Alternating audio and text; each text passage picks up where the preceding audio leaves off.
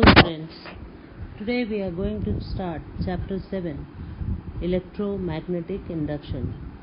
So before we start electromagnetic induction, we go into the past of this concept and note that it was Christian Ørsted scientist who related magnetism to electricity. In the previous chapter, magnetic effects of current, you studied that electricity can produce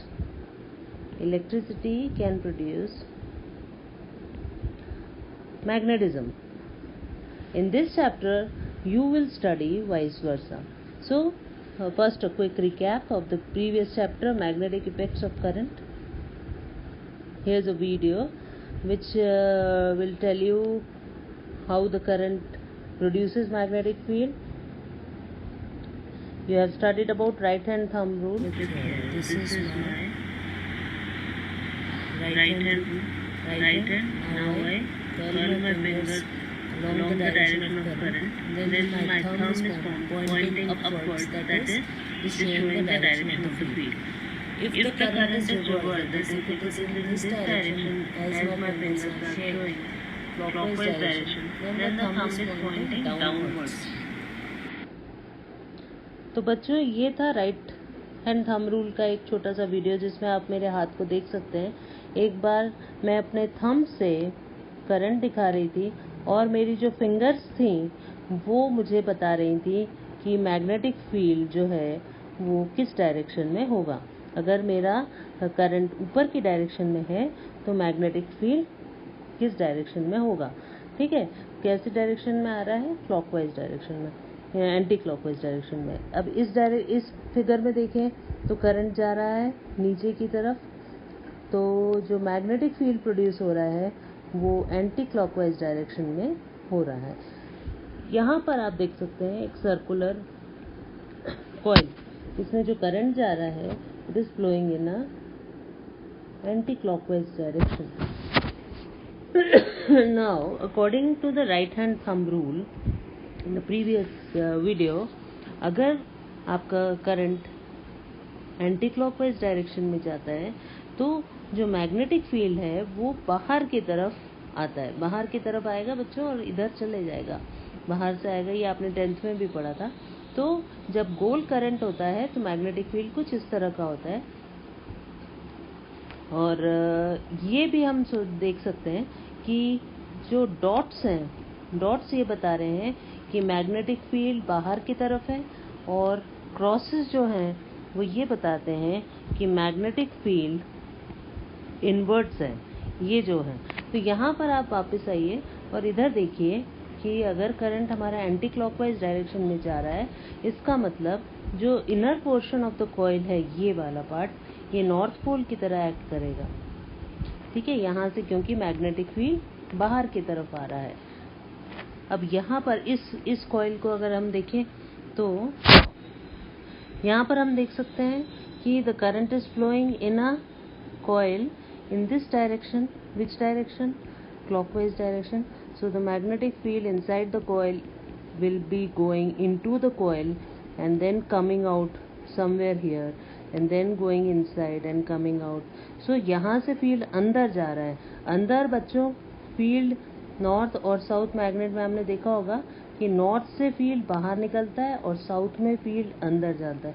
तो कोई भी तीर अगर अंदर जा रहा है तो आपको उसके पीछे का हिस्सा दिखेगा, क्रॉस, और कोई भी तीर अगर आपकी तरफ आ रहा है तो आपको उसका आगे का हिस्सा दिखेगा, that is dot.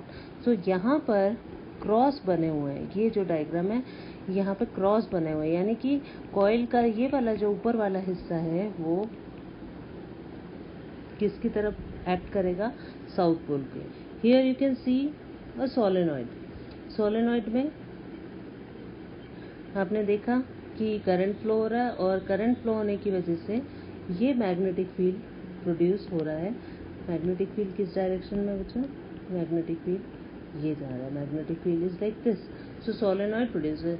This was a quick recap of what we studied in the previous chapter, magnetic effects of current. यानी करंट ने क्या प्रोड्यूस किया? इलेक्ट्रिसिटी. अब आप नए चैप्टर की ओर बढ़ रहे हैं और यहाँ पर माइकल फैराडे नाम के साइंटिस्ट ने ये माना कि अगर करंट से मैग्नेटिक फील्ड प्रोड्यूस हो सकता है तो why not vice versa, magnetic field से भी हम करंट प्रोड्यूस कर रहे हैं। और उन्होंने इसके लिए कुछ एक्सपेरिमेंट्स किए।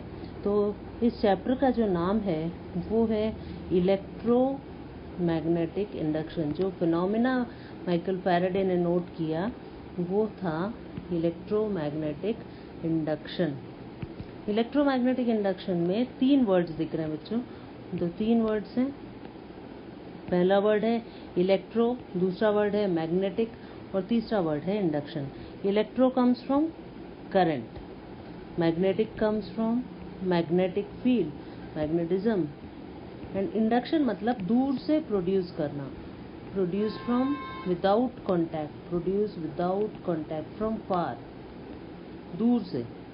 ठीक है, तो इलेक्ट्रोमैग्नेटिक इंडक्शन अब हम पढ़ने जा रहे हैं। किस तरह से हम दूर से ही मैग्नेटिक फील्ड से करंट पैदा कर सकते हैं without any battery, without any solar cell, without any photocell. So this is the new chapter, electromagnetic induction. Now let us see what were Faraday's experiment. You have already studied them in class 10th, Faraday's experiment, but now you are in a position to understand them much better. So here you can see that there is a magnet. This is a magnet,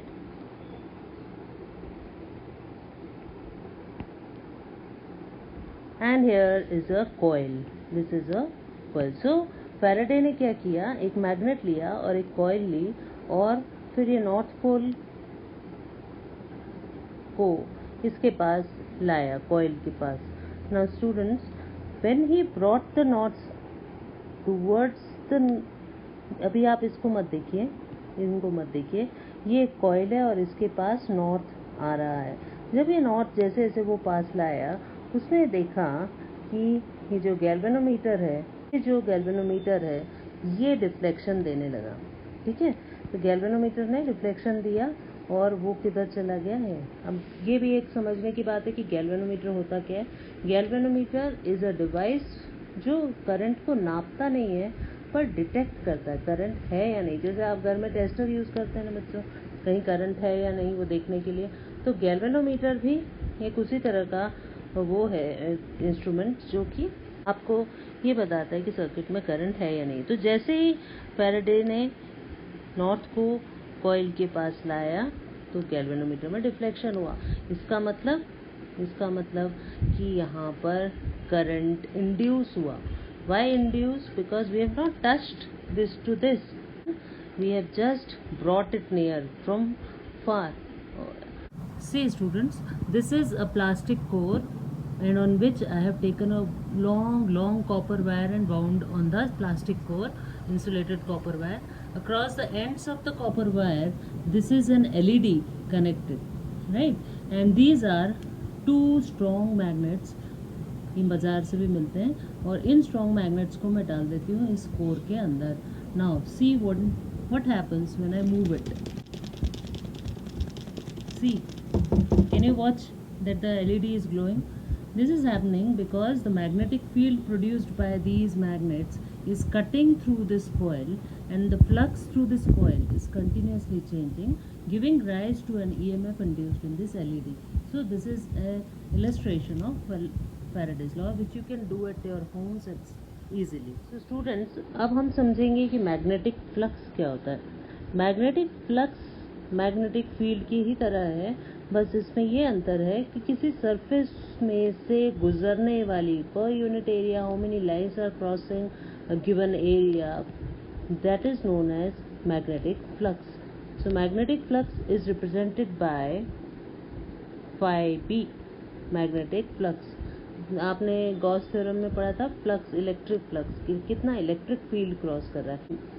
the unit of magnetic flux is weber और oersted after the scientist. तो oersted भी इसकी एक unit है और weber जो है वो SI यूनिट है. ये मैग्नेटिक फील्ड ऐसे जा रहा है और इसमें मैंने एक सरफेस रख दिया। सरफेस कैसे रखा हुआ है, इस तरह से कुछ टेढ़ा रखा हुआ है। तो इसका एक छोटा सा एरिया ले लें और उस पर एक नॉर्मल डाल दें, तो उसको हम बोलते हैं एरिया वेक्टर। एरिया वेक्टर इस तरह से हो जाएगा। तो एरिया वेक्टर ने बी के साथ अभी कौन सा एंगल बनाया हुआ है, कितना एंगल बनाया हुआ है थीटा। तो हमारे जो फ्लक्स का फॉर्मूला हो जाएगा बच्चों, वो इलेक्ट्रिक फ्लक्स की ही तरह अब हो जाएगा। वहाँ पे B dot E dot D S होता था, यहाँ पर हो जाएगा B dot D S. In simple words, you can also write it as B dot A. If I take the whole area, then I can also write it area. So area वैसे तो एक normally अगर हम देखें तो area एक scalar quantity होती है, लेकिन जब हम उसके ऊपर एक नॉर्मल डालते हैं, उसको वेक्टर बना देते हैं और वो कहलाता है एरिया वेक्टर। तो यहाँ पर आप देख सकते हैं कि मैग्नेटिक फ्लक्स का जो फॉर्मूला आया वो आ गया B dot D S. B की यूनिट टेस्ला, एरिया की यूनिट मीटर स्क्वायर। तो tesla metre square is also one of the units of flux. ना फ्लक्स कैसा होता है, कब ज़्यादा होता है, फ्लक्स कम कब होता है, ये भी अब देख लेते हैं। तो यहाँ पर हमने देखा कि जैसे ये मैग्नेटिक फील्ड है, ये लगभग मैंने यूनिफॉर्म ड्रॉ करने की कोशिश की है, क्योंकि हर जगह इनकी दूरियाँ आप देख सकते हैं बराबर है। ये दो बराबर दूरी पर है, इसका मतलब intensity of the magnetic field is equal everywhere. Then अगर हम पैरेलल हैं, इसका मतलब हर जगह डायरेक्शन भी सेम है। Suppose now I keep an area or some coil or some disc like this, then this is the area of the disc. Where is the area vector pointing? It is pointing here. Where is the magnetic field pointing? It is pointing here. So calculate the flux. Flux is B dot A, B A and cos theta. B dot A को हम लिख सकते हैं B A cos theta. Now what is the angle between B and A? What is the angle? Theta. It is, look at the plane of the coil, look at the area vector. So area vector is making an angle of 0 degree. So my flux becomes BA cos 0, that is 1, and this is the maximum flux which can cut through any surface. ठीक है, सबसे ज़्यादा flux कब काटता है बच्चों? जब हम जो प्लेन है उसको कैसे रख देते हैं, उसको काटते हुए। जैसे आप तूफान में सीधे अगर खड़े हो जाओ, पेड़ अगर सीधा खड़ा है तो क्या होगा, उसको सबसे ज़्यादा हवा क्रॉस करके जाएगी। So this is what I am trying to explain. Now suppose my area plane was kept like this, then the area would be parallel, but the area vector would have been perpendicular to the magnetic field. Now where is the magnetic field pointing? Here. And where is the area vector to this plane is pointing? It is pointing upwards. What is the angle? The angle is 90 degree. Now let us calculate what is the magnetic flux here. The magnetic flux will be phi is equal to BA cos 90, and BA cos 90 will be cos 90 0. So B और A cos 90 0 हो गया आपका, तो ये flux भी हो गया 0। अब फ्लक्स 0 होने का क्या मतलब है? फ्लक्स 0 मतलब no lines cutting the coil, no lines cutting the surface. और मैक्सिमम का क्या मतलब है? Maximum lines cutting the surface, cutting the coil. ठीक है, तो फ्लक्स यहाँ पर 0 हो गया और फ्लक्स यहाँ पर मैक्सिमम है। इनके बीच की स्थिति भी हो सकती है कि कॉइल आपने ऐसे रख दी और एरिया वेक्टर अब यूँ जा रहा है और एंगल कुछ 60 डिग्री बन रहा है, तो आपका फ्लक्स हो जाएगा B A cos 60 and that will give you cos 60 is half, so BA by 2, flux will be half of BA, right? तो बच्चों ये था कंसेप्ट मैग्नेटिक फ्लक्स का। और फैराडे ने ये बोला कि जब आपका फ्लक्स चेंज होता है तो जितनी तेज़ी से फ्लक्स चेंज होगा उतना ही ज़्यादा EMF पैदा होगा और उतना ही ज़्यादा कॉइल अगर कंप्लीट है, सर्किट कंप्लीट है, तो उतना ही ज़्यादा करंट इंड्यूस होगा। तो जितनी तेज़ी से जब हम मैग्नेट मूव करते हैं तो क्या होगा कि अगर मैग्नेट ज़्यादा तेज़ी से कॉइल की तरफ गया तो फ्लक्स बहुत तेज़ी से चेंज होगा, और फ्लक्स ज़्यादा तेज़ी से चेंज होगा तो सपोज़ हमने बल्ब कनेक्ट कर दिया या गैल्वेनोमीटर कनेक्ट कर दिया तो वो बहुत तेज़ी से चलेगा। लेकिन अगर हम स्लोली इस कॉइल की तरफ जाएंगे, d∅dt बहुत कम होगा तो EMF भी कम होगा, तो करंट भी कम होगा। तो ये कंसेप्ट है मैग्नेटिक फ्लक्स के चेंज होने का और फैराडेज लॉ का। अब एक छोटा सा इस पे न्यूमेरिकल कर लेते हैं बच्चों। तो न्यूमेरिकल ये है, students now will do a simple numerical on Faraday's law. Say the flux through a coil is directly proportional to the square of time, यानी कि सपोज फ्लक्स जो है वो आपका है चेंज हो रहा है टाइम के साथ 5t² के फॉर्म में, 5t² के फॉर्म में। तो can you calculate the EMF induced through the coil when the time is 1 second?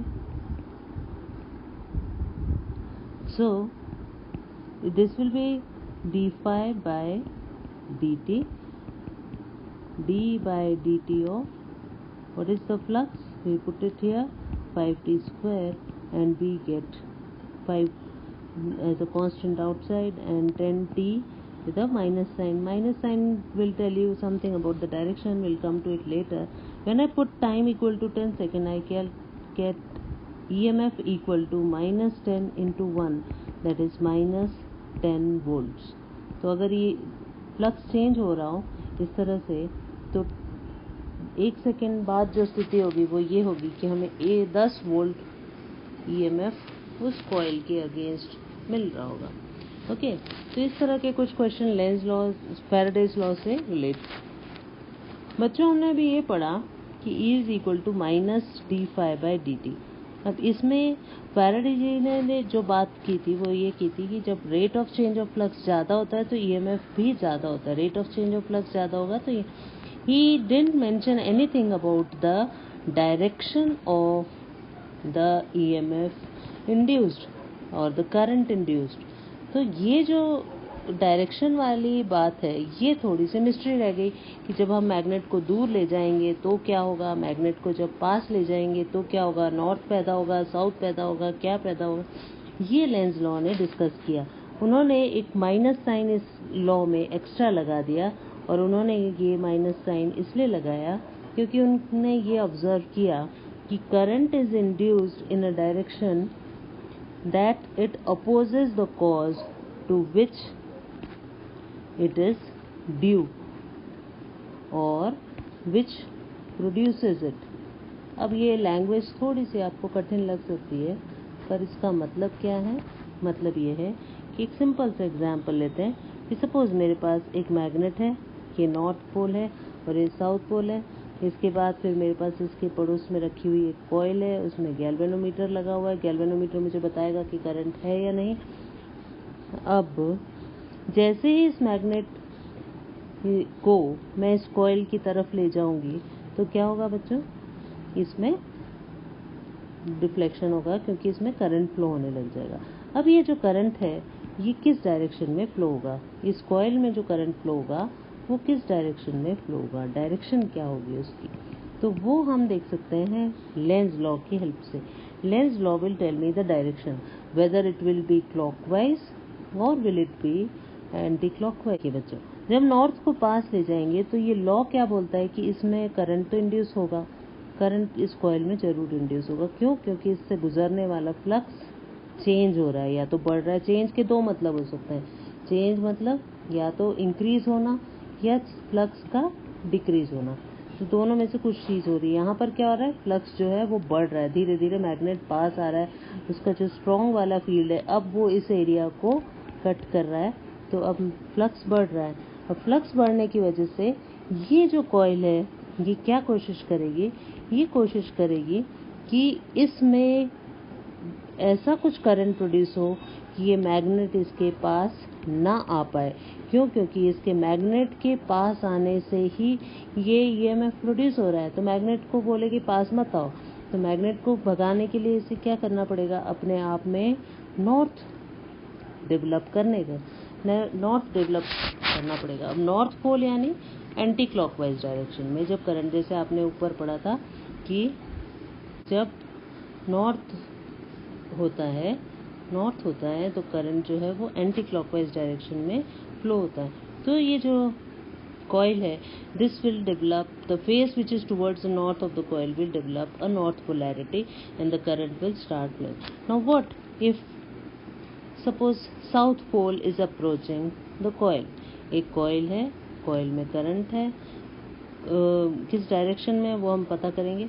अब यहाँ पे ये साउथ इसके पास आ रहा है, बहुत तेजी से पास आ रहा है, इसमें से जो फ्लक्स है इस तरह का वो बढ़ते जा रहा है। जब ये साउथ आ रहा है इसके पास और इसमें से फ्लक्स बढ़ते जा रहा है, तो ये जो कॉइल है ये क्या कोशिश करेगी कि ये south pass, don't come near, इसको बोलेगी डोंट कम नियर, और ये खुद भी क्या बन जाएगी, साउथ यानी कि it will develop a clockwise current. एक क्लॉकवाइज करंट इसमें से फ्लो होने लगेगा, इंड्यूस होगा, और ताकि ये इसको क्या कर सके, अपोज। किसको अपोज कर सके, कॉज को। किसके कॉज को, जो ईएमएफ पैदा कर रहा है। कौन ईएमएफ प्रोड्यूस कर रहा है, साउथ का पास आना। तो ये बोलेगा कि साउथ को पास नहीं आना चाहिए, तो क्यों ना मैं खुद भी साउथ बन जाऊं, और ये फिर पास नहीं आ पाएगा। तो अब अगर मैं साउथ को और पास लाने की कोशिश करती हूँ बच्चों, तो जितने तेजी से पास लाने की कोशिश करूंगी यहाँ से, उतना ही ज़्यादा रिपल्शन प्रोड्यूस होगा, and more work will be done, and that work will be converted to the EMF of current. तो कोई मैजिक नहीं है ये, हम जो काम कर रहे हैं वही ईएमएफ में, करंट में कन्वर्ट हो रहा है, और इसीलिए ये law of conservation of energy के अगेंस्ट नहीं है लेंज लॉ। कोई जादू नहीं है, हम कोई जादू से ये बल्ब नहीं जला रहे हैं, एक जो काम कर रहे हैं इस रिपल्शन के अगेंस्ट, वही क्या बनते जा रहा है, इलेक्ट्रिकल एनर्जी। सो ये भी एक क्वेश्चन है बच्चों जो पूछा जाता है, क्या Lenz law of conservation of energy को करता है, तो आप कहेंगे yes. So we can have one more question on this. Suppose you have a field like this. Now what is this field, ये बताइए, ये फील्ड क्या बता रहा है आपको, इनवर्ड है कि आउटवर्ड है। बच्चों आपको क्रॉस दिख रहा है ना, इसका मतलब एरो बोर्ड के अंदर जा रहा है, और ये जो फील्ड है वो इनवर्ड्स है, इट इज नॉट आउटवर्ड्स। सो ये जो फील्ड है ये इनवर्ड्स फील्ड है, मैग्नेटिक फील्ड। अब इसमें मैंने एक कॉइल ली, और ये जो कॉइल है ये धीरे धीरे फील्ड में एंटर हो रही है। किधर एंटर हो रही है, ये फील्ड में धीरे धीरे एंटर हो रही है। अब बताइए कि करंट फ्लो होगा या नहीं। Yes, current will flow. क्यों, क्योंकि flux is changing, flux change हो रहा है, और तेजी से अगर हम कॉइल ले जा रहे हैं तो काफ़ी चेंज हो रहा है, तो इसमें करंट फ्लो होगा।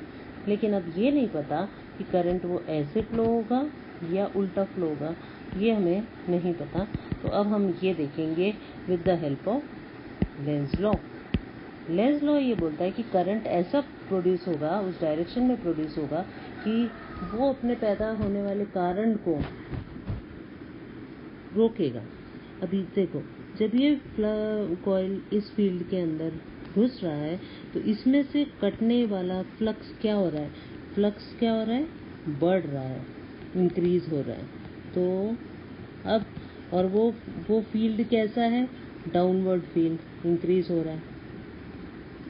डाउनवर्ड फील्ड बढ़ रहा है, तो ये क्या कोशिश करेगा कि डाउनवर्ड फील्ड बढ़े ना, नहीं बढ़े। तो ये क्या करेगा, जो अपने आप में इस तरह का कुछ करंट प्रोड्यूस करेगा कि डाउनवर्ड फील्ड की जगह ये अपने आप में अपवर्ड फील्ड प्रोड्यूस करे। अपवर्ड फील्ड यानी आपने राइट हैंड थंब रूल लगाइए, अगर करंट इस तरह से बहेगा तो फील्ड कैसा प्रोड्यूस होगा, अपवर्ड। और ये जो डाउनवर्ड फील्ड है इसको कैंसिल कर देगा।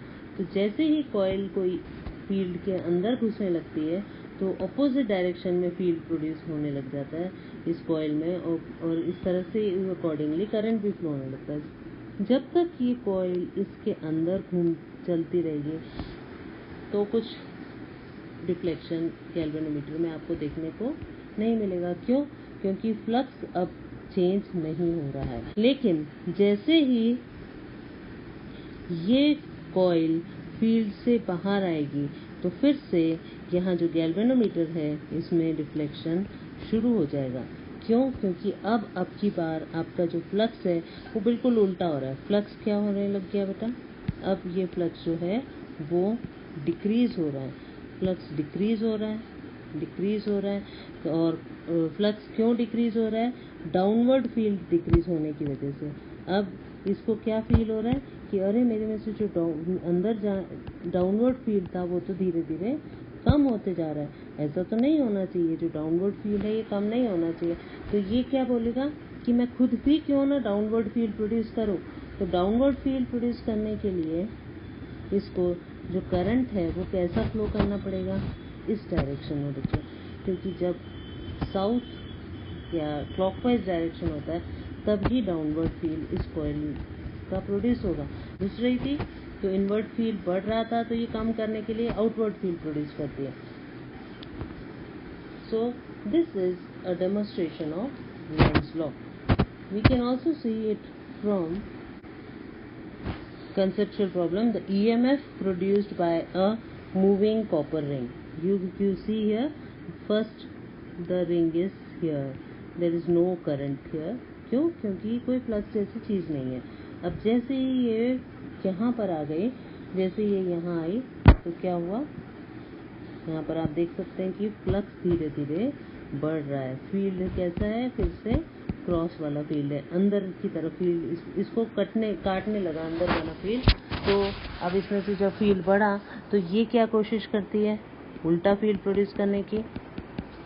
उल्टा फील्ड यानी outward field, and outward field is produced always by clockwise direction. तो इसमें करंट इंड्यूस होगा और किस डायरेक्शन में प्रोड्यूस होगा? क्लॉकवाइज। इस तरह के क्वेश्चंस भी बोर्ड्स के लिए बहुत इंपॉर्टेंट है।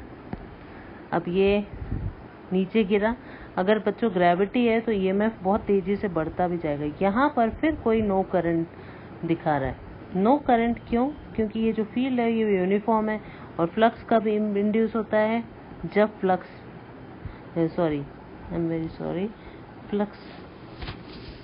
ईएमएफ इंड्यूस तब होता है जब फ्लक्स चेंज होता है।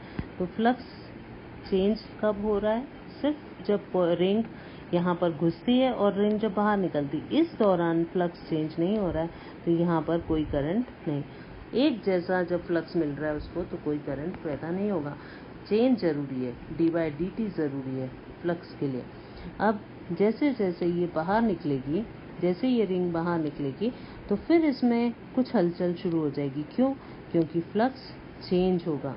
बच्चों एक वर्ड याद कर लो, चेंज ऑफ फ्लक्स। फ्लक्स मतलब फील्ड चेंज होना, कटने वाला फील्ड। जैसे ये बाहर आया, इसको लगा कि अरे मेरे में से जो क्रॉस वाला फील्ड है, अंदर जाने वाला फील्ड, वो तो कम हो रहा है और उसकी वजह से करंट इंड्यूस हो रहा है। तो क्यों ना मैं अंदर जाने वाले फील्ड को कम होने ही ना दूं, तो मैं भी एक अंदर वाला ही फील्ड प्रोड्यूस कर लूं। तो इसमें जो करंट है, अब की बार पहले यू जा रहा था, अब की बार उसमें क्लॉकवाइज करंट प्रोड्यूस होगा। एंड यू हैव सॉरी बच्चों, यहाँ मैं एंटी क्लॉकवाइज लिख दूँ, यहाँ पे लिखेंगे क्लॉकवाइज करंट। अब की बार क्लॉकवाइज करंट प्रोड्यूस होगा। Again when it reaches a position 5 there is no current because there is no change in flux, so no current, no EMF will be produced. So this was an example of Lenz law.